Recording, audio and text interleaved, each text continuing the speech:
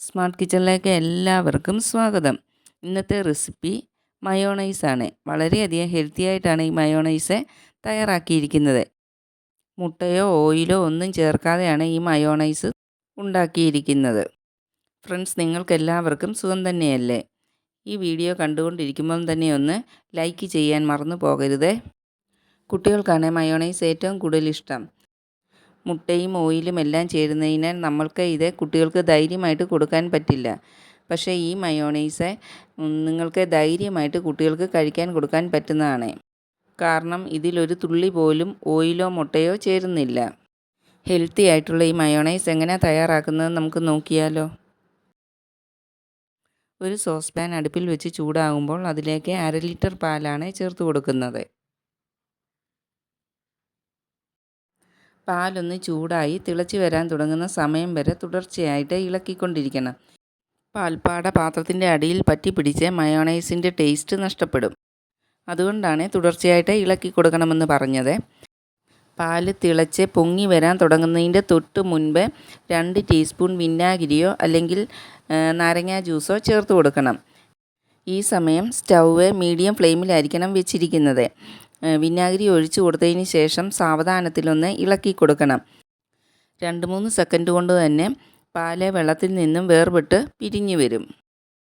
ഈ പനീർ കൂടുതൽ നേരം വെള്ളത്തിലിട്ട് ഇളക്കിക്കൊണ്ടിരുന്നാൽ ഹാർഡായി പോകും.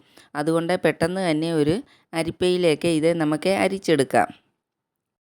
ഒരു പാത്രത്തിലേക്ക് അരിപ്പ വെച്ച് കൊടുത്തിട്ടുണ്ട്. ഇനി ഇതിലേക്ക് ഒഴിച്ചു കൊടുക്കാം.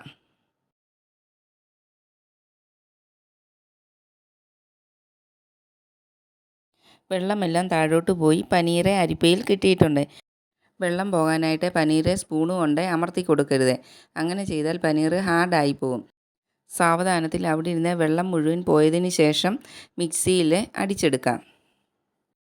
വെള്ളമെല്ലാം പോയി തണുത്ത് വന്നിട്ടുണ്ട്. ഇനിയും പനീർ മിക്സിയുടെ ഒരു ചെറിയ ജാറിലേക്ക് ഇട്ട് കൊടുക്കാം. നല്ല സോഫ്റ്റായിട്ട് പനീർ കിട്ടിയിട്ടുണ്ട്. ഇനി ഇതിലേക്ക് 1/2 ടീസ്പൂൺ കുരുമുളക് പൊടിച്ചതും 1/4 ടീസ്പൂൺ ഉപ്പും 1/2 ടീസ്പൂൺ പഞ്ചസാരയും ചെറിയ 4 അല്ലി വെളുത്തുള്ളിയും വലുതാണെങ്കിൽ 1-2 ചേർത്ത് കൊടുക്കണം. 2 ടീസ്പൂൺ നാരങ്ങാ ജ്യൂസും ചേർത്ത് മിക്സിയിലൊന്ന് അടിച്ചെടുത്തുകൊണ്ട് വരാം. നല്ലതുപോലെ അരച്ചെടുക്കണ്ട, പൾസ് മോഡിലിട്ടൊന്ന് അടിച്ചെടുത്താൽ മതി.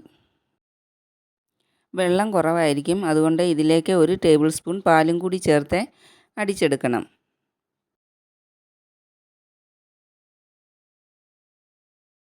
മയോണൈസ് ഇപ്പോഴും ടൈറ്റായിട്ടാണ് വന്നിരിക്കുന്നത്. അതുകൊണ്ട് 1 ടേബിൾ സ്പൂൺ പാലും കൂടി ചേർത്ത് ഒന്നും കൂടി അടിച്ചെടുത്ത് ഇത് കുറച്ചും കൂടി ലൂസാക്കി എടുക്കണം. ഇപ്പോൾ നല്ല പെർഫെക്റ്റായ രീതിയിൽ മയോണൈസ് വന്നിട്ടുണ്ട്. ഈ കൺസിസ്റ്റൻസിയിൽ വേണം മയോണൈസ് നമുക്ക് കിട്ടാനായിട്ട്.